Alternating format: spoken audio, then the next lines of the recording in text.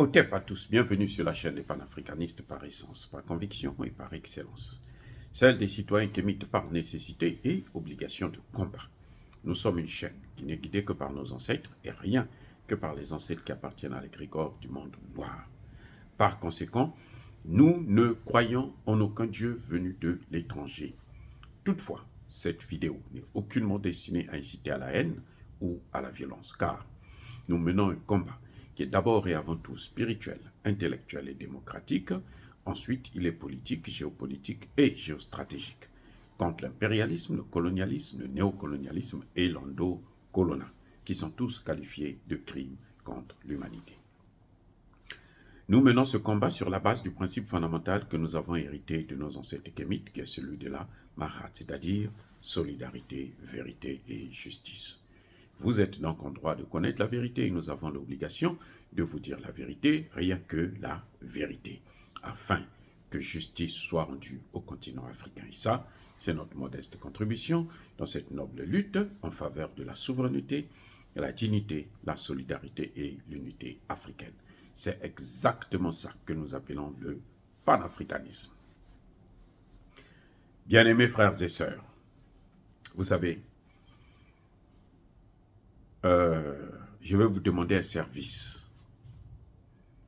Parlez à l'Ukraine.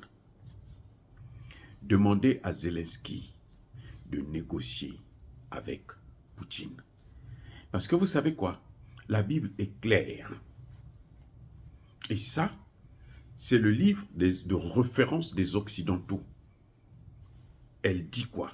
Elle dit que quand vous savez que vous n'avez pas la force de combattre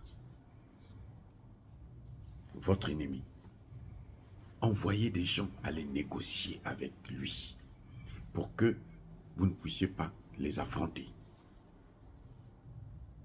Vous réglez le problème pacifiquement. C'est selon la culture occidentale. Je ne sais pas pourquoi ils ne veulent pas suivre ça. Ce que eux-mêmes, ils sont venus nous apprendre, là, eux-mêmes, ils ne respectent pas ça.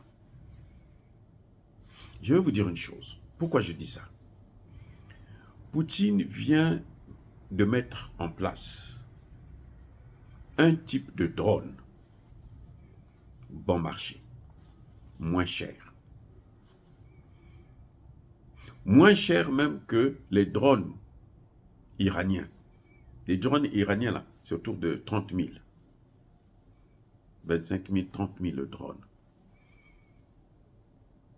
Ce n'est pas un missile ou un missile antimissile qui coûte 200 000 $, 250, 300 000. 100, c'est pas ça. Ça, c'est 30 000. Et pour un drone seulement, pour le détruire, il faut au moins 2 missiles. Ah oui, c'est ça le problème. Et parfois, quand vous les détruisez, ces missiles kamikazes que la Russie vient de faire, quand vous les détruisez, ça fait quand même des dégâts. Et ce que les Russes ont fabriqué là, celui qui fait les dégâts là, c'est celui des Iraniens. Quand tu envoies le missile iranien là, si on arrive à le détruire en l'air, ça fait quand même des dégâts sur la terre. Des dégâts énormes.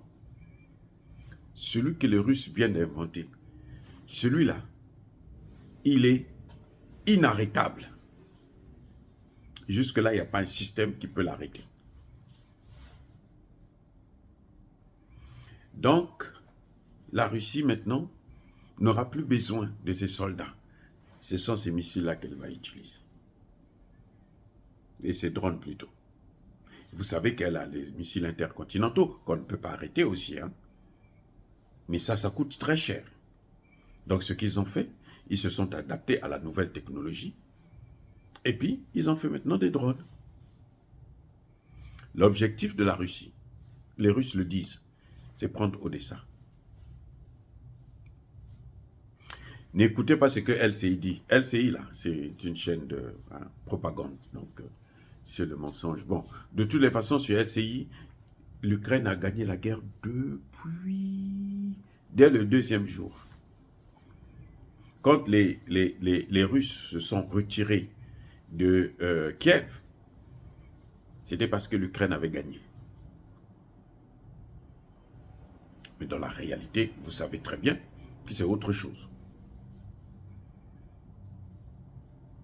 Catherine, je crois, à Galacteros, vous dévoile tout. Beau vous dit tout sur leur chaîne à eux. Donc, si j'ai vraiment encore un conseil à donner à l'Ukraine, c'est qu'avant qu'il ne soit trop tard, allez-y sur la table de négociation. Allez-y, la porte est ouverte. Et il n'y a pas de honte pour ça, pour la négociation. Dernièrement, les Américains ont donné à l'Ukraine 200 et quelques millions, alors que l'Ukraine demandait 61 milliards.